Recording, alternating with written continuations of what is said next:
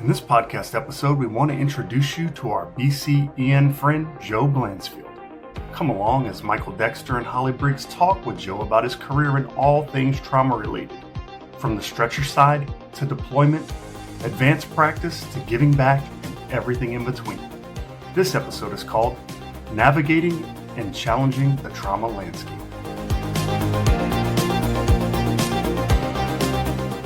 Hello, and welcome to the BCEN Friends podcast, where we hold interesting conversations about learning with a range of thought leaders, BCEN certification holders, and industry professionals. But most importantly, to create value and insight for you, our professional nurses across the emergency spectrum. We hope you find our discussions interesting, informative, sometimes funny, sometimes serious, and always valuable. I'm Holly Briggs, a professional development specialist at BCEN and one of your hosts for today. I am joined by my co-host, Michael Dexter, Director of Professional Development at BCEN. Hi, Michael. Hello, Holly. Great to have you with us. And in this episode of BCEN and Friends, we have Joe Blansfield. Joe is a person of so much experience, expertise, and knowledge. It's making him, in my opinion, one of the most interesting people to know. It is a true pleasure to offer that chance to get to know him through this podcast episode. Without further delay, Michael, could you please introduce us to our BCEN friend, Joe?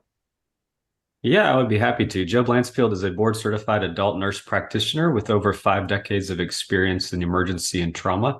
The last 27 years of his career were spent in the role of trauma acute care surgery program manager at Boston Medical Center, where Joe was responsible for maintaining all the requirements for this level 1 trauma center until his retirement in June 2019.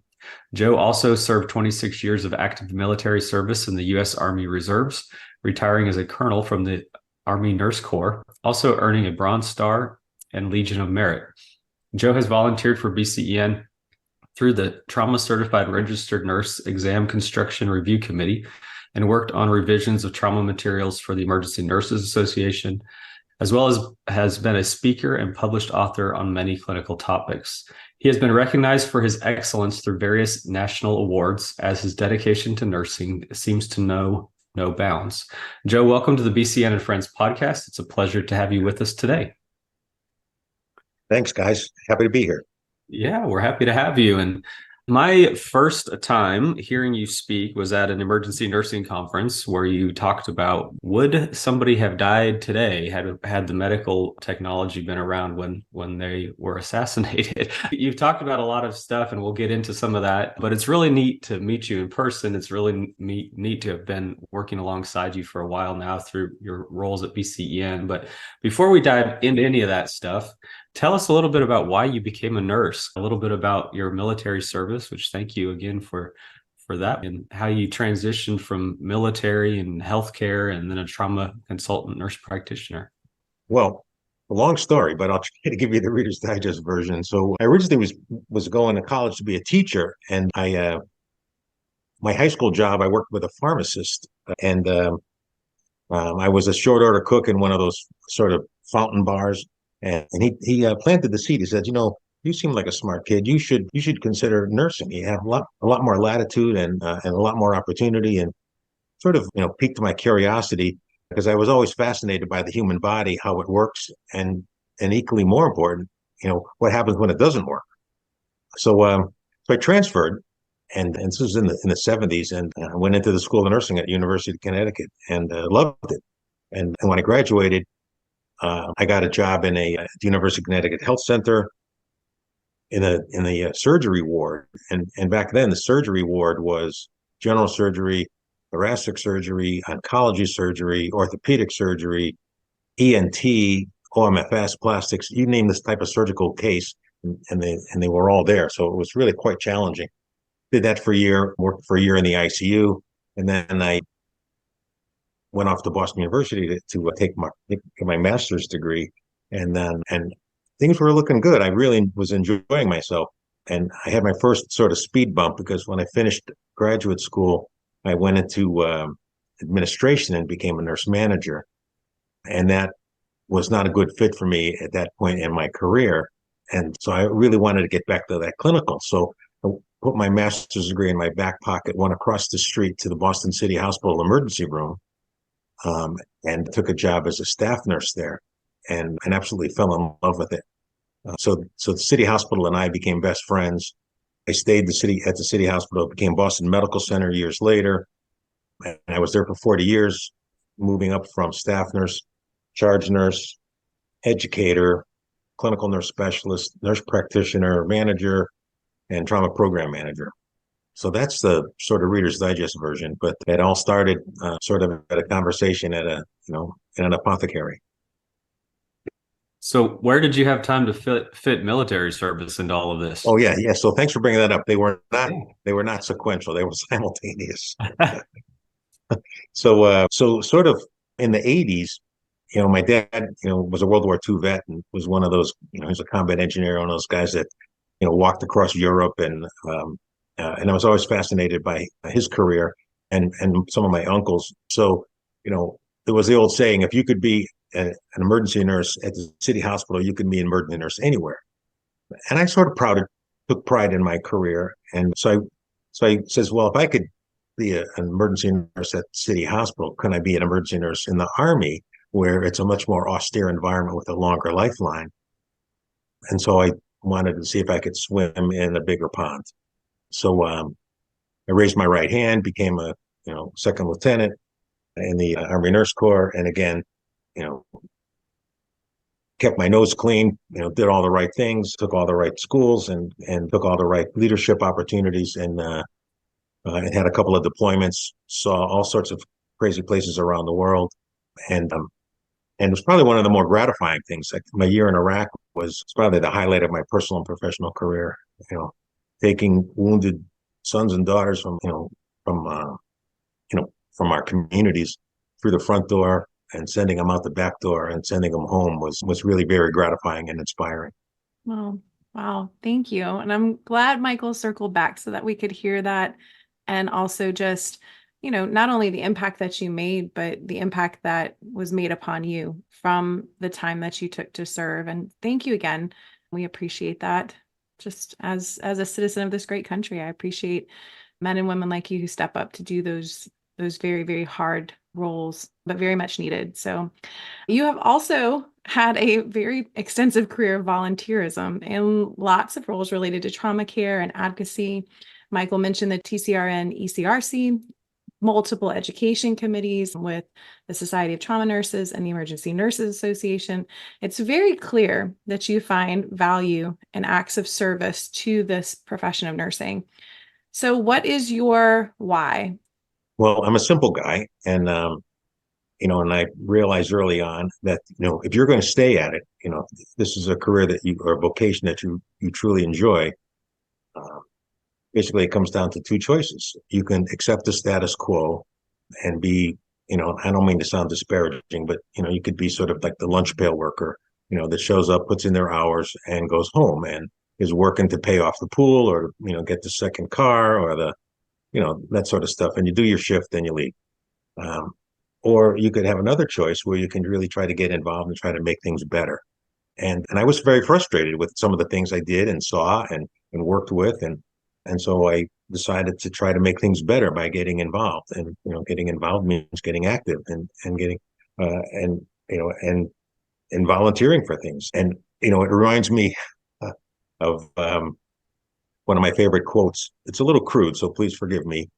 Is back in the I'm an amateur historian, and LBJ, Lyndon Johnson, always had a sort of a factious friction relationship with J. Edgar Hoover, and he ended up saying, well, it's probably better to have him inside the tent pissing out than outside the tent pissing in. So you have to accept people's attitudes, and you have to try to change their attitudes, and you have to try to work with them, even though, not everybody is going to be your best friend, but you have to try to influence people in the right direction.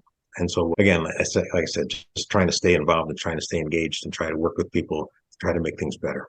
Well, you have done that obviously through the committees that Holly mentioned, but I mentioned at the very beginning that you also have spoken a lot, and I've heard you speak before. You've spoken at a BCEN conference before, and it takes a little bit of confidence, but it also takes a lot of planning, a lot of preparation, a lot of work that goes into being a speaker. So what motivated you to want to present publicly or present at conferences? And what was maybe one of your more memorable presentations you've given? Well, so nobody's born with confidence, just like nobody's born with wisdom. And how do you get confidence and wisdom? Well, there's only one way you get it, as far as I'm concerned, and it comes from experience. And how do you get experience? You get experience by screwing up. So when you screw up and you say, well, I'm not going to do that again, then you get experience, you get confidence, and you get wisdom. So I'm glad you guys didn't see or hear me in my early years, because that's when I was quite active in the confidence building game.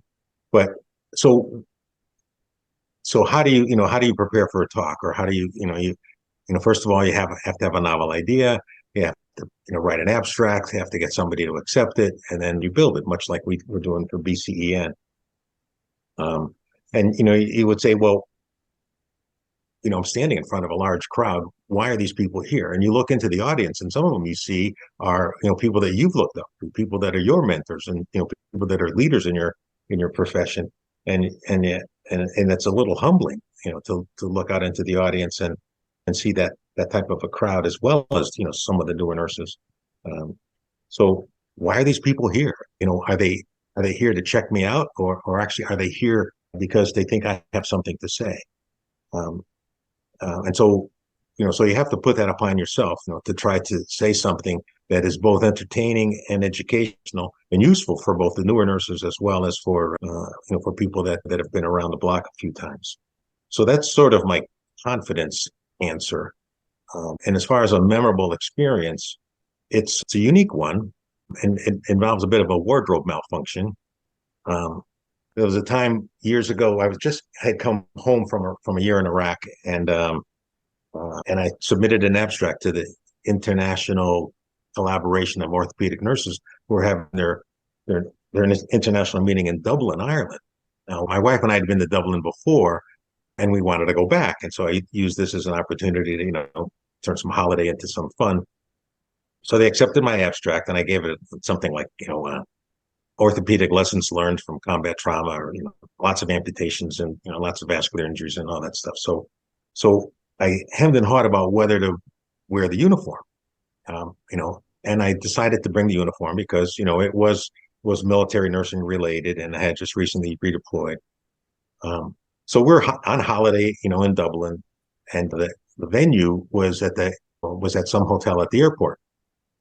So we planned on checking out of our hotel in downtown Dublin and went out to the airport for our last day, do the conference, and then fly home.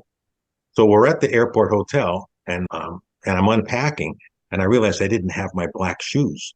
I left my black shoes under the bed in the downtown Dublin hotel, and it's a Sunday, and I couldn't get a pair of size 12 black shoes to wear with my uniform anywhere, and so I'm having a little panic moment, like, well, I have sneakers and I have flip flops, and I, so either the uniform, I don't have dress clothes.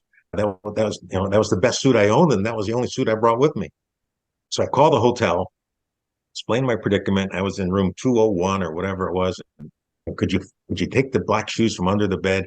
I'll pay for a cab, put them in a cab, drive them out to the airport, and in fact they did, and it worked out. Wore the black shoes, and that was the only thing I was nervous about. Giving the talk was actually all downhill after I got my black shoes back on to wear the uniform. So that was pretty memorable for me, and I'll never forget that more than anything else. You were talking about like being in Ireland, and I was like, if this wardrobe malfunction has to do with like a kilt or something, I've got so many questions. This podcast just took a whole different turn, but I'm glad it was just your shoes. And I mean, how much fun was that story for that cab driver to be like, I took some shoes across town today. So that is certainly memorable. You are speaking for BCN at our Chicago Learn Live coming up in May of 2024. And per your usual, because I have had a chance to hear kind of the topic that you're working on, it's going to be another thought-provoking one. And I feel like, if you've never heard Joe speak, it is really a worthwhile experience, having heard him speak a few times now. And I feel like one of the things that I always walk away with is this idea of kind of challenging the status quo, or at least thinking about it. Perhaps changing practice, but more than anything else, it's just changing the way that we maybe think about something. And instead of just saying like, hey, this is what we've always done, let's think about why we've always done what we've always done. And is there room for maybe improvement or something we could do better? So I feel like it's just the way that your brain works, that your brain is set up to kind of think about things, not necessarily just like, oh, that's what they told me, so that's what we're going to do. You really do challenge the status quo on the things that are in nursing. And so how do you come up with these topics? Well, we've all been to many conferences, over the courses of our careers, and that's sort of like the hidden benefit of having mandatory continuing education. It forces us to go to conferences. It forces us to stay current. So if you have to do that, you might as well go to a conference where, where there are topics that stimulate you. And so, we can all take introductory review courses, and, you want to take review courses if you're about to, challenge a credential or some sort of recertification. But if you really want to sort of learn new material, you have to say, what would I like to hear? And, as you mentioned, Holly, that, there's a lot of dogma, and it's easy just to follow dogma because I don't have to think about it. We've done it this way, and we're going to continue to do this way, and this is the way I've been taught to do it, and all that. But if you've been at the bedside or the stretcher side long enough, sometimes it just sort of doesn't seem right, doesn't smell right, doesn't feel right. And so do a little research or ask, and, we find out about dogma is just dogma, spine boards. We put people on spine boards forever and ever and ever just because, we thought that was a splint. And you break a long bone, you splint it, but you break your spine. But, your spine is not like a long bone. So why do we splint the spine with long boards? Okay, so let's stop doing that because it doesn't make any sense and there's no research for it. So things like that. So what would I like to hear? So put yourself in the seat, of your audience, and how would you stimulate their imagination and have them ask the question, either how come or why not? And so that's what I try to do. So you have done a very good job of that, Joe. I appreciate the thought-provoking topics, and I really appreciate all the work that you put into nursing and giving back and being a part. I did want to ask you, though, you mentioned working at the pharmacy and being encouraged to go into nursing to begin with. But throughout your career, have there been any particular person or any particular times in your nursing career that really made a big impact on you as an individual and possibly even changed the trajectory of what you were doing or where you were going with your career? So, yeah, that's a tough one. So I did have a bit of an epiphany at one point in my career. This was sort of, from the Army side of my career. So we were deployed. We were called our reserve unit was called active duty. We were at our mobilization site in Fort McCoy, Wisconsin, and we were, there's the old joke. I spent a year one summer at Fort McCoy. I'm supposed to train you up, but it's a medical mobilization site, and so our entire unit gets mobbed to Fort McCoy. We didn't have enough people to complete the mission, so we had backfills from other units, and we had onesies and twosies that were pulled from all over the place to top us up to make a full combat support hospital. Okay, so we're all in place now, and we're all training. And one of the smart things, a brilliant thing actually, that Big Army did was that they sent me as the chief nurse deputy commander and our operations officer. They sent us forward into Iraq while we were at our MOB site to actually see the unit that we were going to replace. So we actually spent 10 days, couple weeks, with them in vivo and learning their practices. And it was wonderful. I took hundreds of photographs. I took all their SOPs. I saw what equipment they were using. I saw their formulary, so I was like a sponge, and I took everything in as best as I could. And then we go back to Fort McCoy, and I said, this is great. I have all this good stuff. Now we can start training for the mission we're going to have. And then I come smack up against Big Army, and Big Army, they say, no, we have the training plans all laid out. This is, we have the contractors, we have the teachers, we have the equipment. This is your training schedule for the next, month or 6 weeks. And I said, well, wait a minute, guys, why did you send me to Iraq if we're not going to train on the stuff that you're going to train me on stuff that we're not going to use or stuff that we're not going to do. It makes no sense. My head was about to explode. And so I had a little crisis of conscience. So I did what I would have done in my civilian job. So, we had Draeger ventilators, we had Alaris IV pumps, we had, wound vacs, we had all the latest and greatest stuff that you would expect, in a civilian hospital. We had none of that at Fort McCoy. So I went on the internet and I found the vendors that were in the Western Wisconsin area. And I said, hey, I'm a customer of yours. We have your ventilators and we have your IV pumps and we have your wound vacs and we have all of this stuff. Could you come and give us some in-services? And they said, really? You're using that stuff in Iraq? Well, that's great. Of course we'll be happy. So they drop shipped ventilators out to Fort McCoy. I had an NCO with a 15-passenger van go meet them at the gate and bring them in. So I set up training opportunities on the equipment that we were going to use. But I never cleared it with Big Army. So I got called into the hospital commander's office. I got called into the Fort McCoy garrison commander's office and First Army commander. So there are all these, high-ranking officers, like unbelievable. You don't know what you're doing. People are going to think that, it says, guys, we're using this, sirs. We're using this stuff over there. If I don't train our nurses and medics on this equipment beforehand, then I would feel like I haven't done my job. What they wanted to train us on was convoy operations, clearing buildings, and throwing hand grenades. That was the Army training schedule. And then why did they want to do that? Because this was just after the Jessica Lynch debacle, where she got captured by the Iraqis, and the special forces had to release her. And so everybody was fearful that you'll learn all that stuff once you get over there. I said, no, that's not acceptable. We're not going to learn that stuff when we get over there, because the junior enlisted are going to worry about where the bunkers are, and they're going to worry about how not to get mortared. And, so they should know their job before they get there. So I was this close to getting relieved before we went deployed. And so it was, but I wouldn't back down. I said, no, I know we have to do it this way, or you have to find another chief nurse.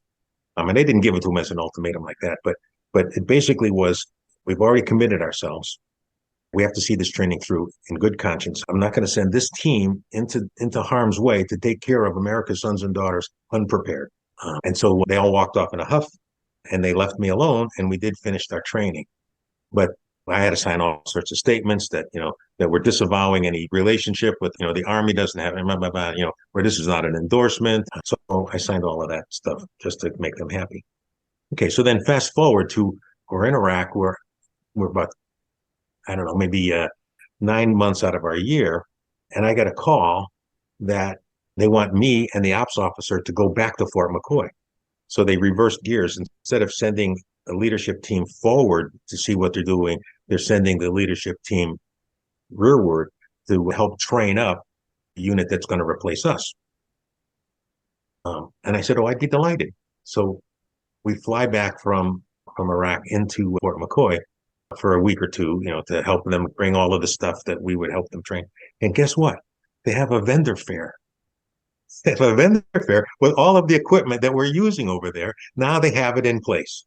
So I took that as a validation that it worked out and they finally saw the light. But that was my sort of memorable moment where I came really close to losing my job, but for a good reason. Well, you stayed true to what you knew was the right thing to do. Oftentimes, the right thing to do is usually not the easy thing, and sometimes you have to butt a few heads. But I think that overall, you saw it was way more valuable to do what you did. And yeah, I mean, you'll probably never hear it. And usually when you do the right thing, sometimes you never hear like, good job. We're really glad that you pushed some things forward for us. But when you see the change happen, you were like, see, I knew I was on the right track. And yeah, so good for you, Joe. I do get the pleasure of asking you a few rapid fire questions, and it has to do with kind of your favorites or things that, hey, I might ask you if we were sitting down over a cup of coffee. So, what would you be doing if you weren't in your current role? I know you're still bebopping all around and talking and bringing your expertise, but what would you do? I probably would be a teacher of some. I mean, I still enjoy teaching, and I'm still teaching TNCC, and uh, I'm giving, talks at conferences and such like that. So I still enjoy teaching, and I probably would teach, history because, as I said before, I'm a bit of a history nerd, and historians are just basically glorified storytellers. And so, teaching and storytelling and combining it with history would probably be, you know, sort of what I'm doing as well as being in the nursing profession. But I probably would be, some sort of a history teacher, I would think. Mm. I love listening to historians who pull out like the human aspect. So it's like, we get told about all of these historical figures and the great things that they did. The ones that I tend to remember, or just like the random facts that make that person a person, like they take them out of the context of just this figure and they make them a person. There's so much fascinating. I find history so fascinating that you really don't need fiction. There's so much fascinating history we have that is really unbelievable. And the difference is it really happened as opposed to, you watch a lot of fiction, which is also, interesting, but there's so much fascination in history that, and these events really happened, and just paying attention to them is quite remarkable. Sometimes when I tell stories about my day or just talking about like, oh yeah, I was in the ER and I saw this, people are like, what? I can't believe that. And I'm like, sometimes real life is way more interesting than I could ever make it up to be. So I think naturally a lot of people in nursing are just really great storytellers, and it's the history of our current people, really. So, all right, here's some favorites. You favorite book. It can be all time or something currently that you're reading that you recommend.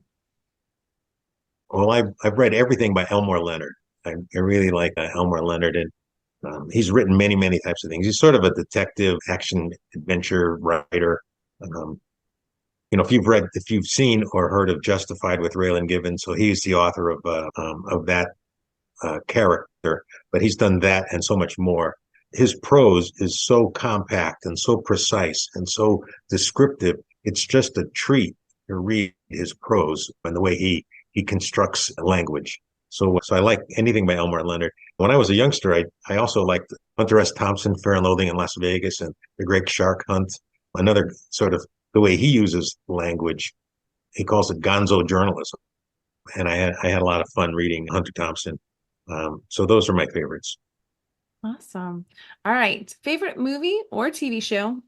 Band of Brothers, that HBO documentary based on the Stephen Ambrose book. I read the Stephen Ambrose books, Band of Brothers, before the HBO series came out. Actually, I was in Kosovo for 6 months on a deployment when I read that book, and it really resonated with me. And then, when the HBO documentary came out, one of the characters, George Luz, I know his son, George Luz Jr., and I became friendly with him, and his wife was a psych nurse in my unit. So through that relationship, I met some of the men in the Band of Brothers. They would have reunions, and I had the opportunity to go to some of their reunions and to meet those men, from Easy Company, was really just a personal highlight. So that always has become my sort of my favorite movie or series and book. Wow. To meet them in real life. How cool is that? Oh, okay. I could spend some time on that, but I'll move on. Favorite musical artist? Yeah, well, I'm an old dog, so I like the Beatles. I am old enough to have been a Beatle fan while the Beatles were a group, and I actually was a member of the Beatles fan club. How bad is that? And I actually got the Beatles Christmas album, and so I got, so when the Beatles were a group, even though I wasn't one of the screaming teeny boppers, I was always liked the Beatles and still do. They were game changers in the history of rock and roll. Yeah, and it's just some good music. You can put that on and it still transcends past the time that it was maybe at its highest popularity, and you can still listen to it today. So great choices. All right. Comfort food or a meal that you really enjoy? Oh, Well, I have simple tastes. I mean, my wife's a pretty good cook, but I always have a soft spot for pizza. You know why? Because pizza is the perfect food because you can put anything on it and you can have it for breakfast, lunch, or dinner. You can have it hot or cold. How great is that? You are preaching to the choir. I feel the same way. Breakfast pizza is a thing, y'all. And it could be that it doesn't have any breakfast food on it. It could be that it was your pizza from last night, but it could still be delicious in the morning. So, yeah, no need to convince me here. I was fully prepared to agree once you said pizza. All right. Other hobbies or things that we know from any type of high stress profession, self-care is a really big deal. So what helps you reset, Joe? What helps you reset? So I'm in a little town halfway between Boston and Providence. And I'm fortunate that I have a few hundred acres of woods behind me that is conservation land that belongs to the town. And because I've been here for many years and I know this backyard very well, that I love going into that backyard of 300 acres and just I'm not really getting lost because it's hard to get lost because you can figure your way out. But I found this book many years ago called Reading the Forested Landscape. And I still like to go out into the woods and literally read the forested landscape. There are things, you see a tree that's down and you walk up to the tree and it's not just a down tree. Why did that tree come down? And you could actually figure it out. Did that tree come down because it just got too old and it died? Did that tree come down because it had a crack in the bark and insects got inside? Did that tree come down because it was a blowdown because of a microburst or a nor'easter?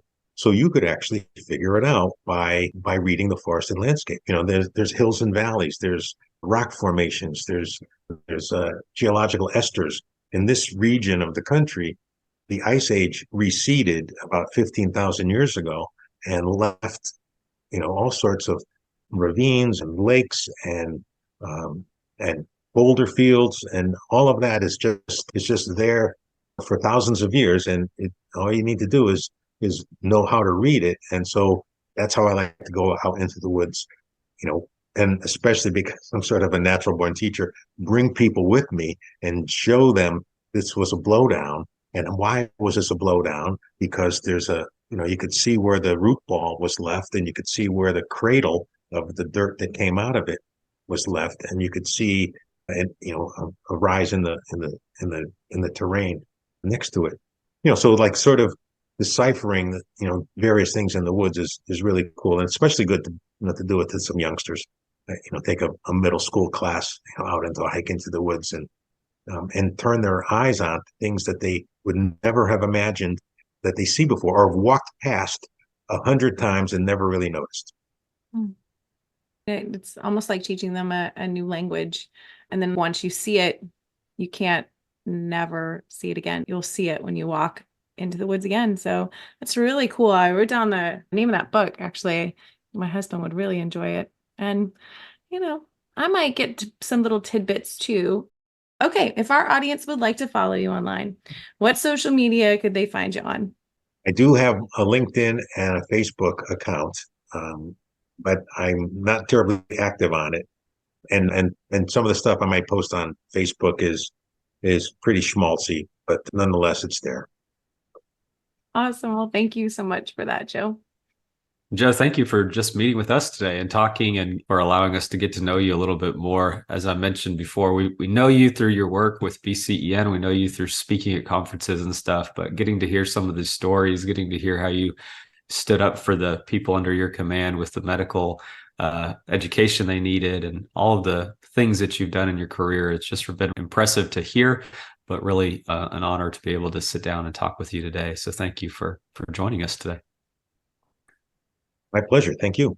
I want to take this time to thank Joe for joining us for this episode of BCEN and Friends. Thank you, Joe, for sharing your expertise, your passion with us. Your legacy continues to grow in this profession because of your unwavering commitment and engagement to it. Looking into 2024, you can make plans to meet Joe and Michael and I at BCEN Learn Live in Chicago. It'll be May 5th through the 7th of 2024. You can check out bcn.org/learn live for more details. And to all of our listeners, we hope you will stay tuned as we continue with BCEN and Friends and bring you new, meaningful content and perspectives. If you have a suggestion for an episode, please email us at bcn@bcn.org. I'm Holly Briggs, here with Michael Dexter, and on behalf of the entire BCEN team, we thank and celebrate you for all that you're doing as professional nurses across the emergency spectrum. Until next time, we are out.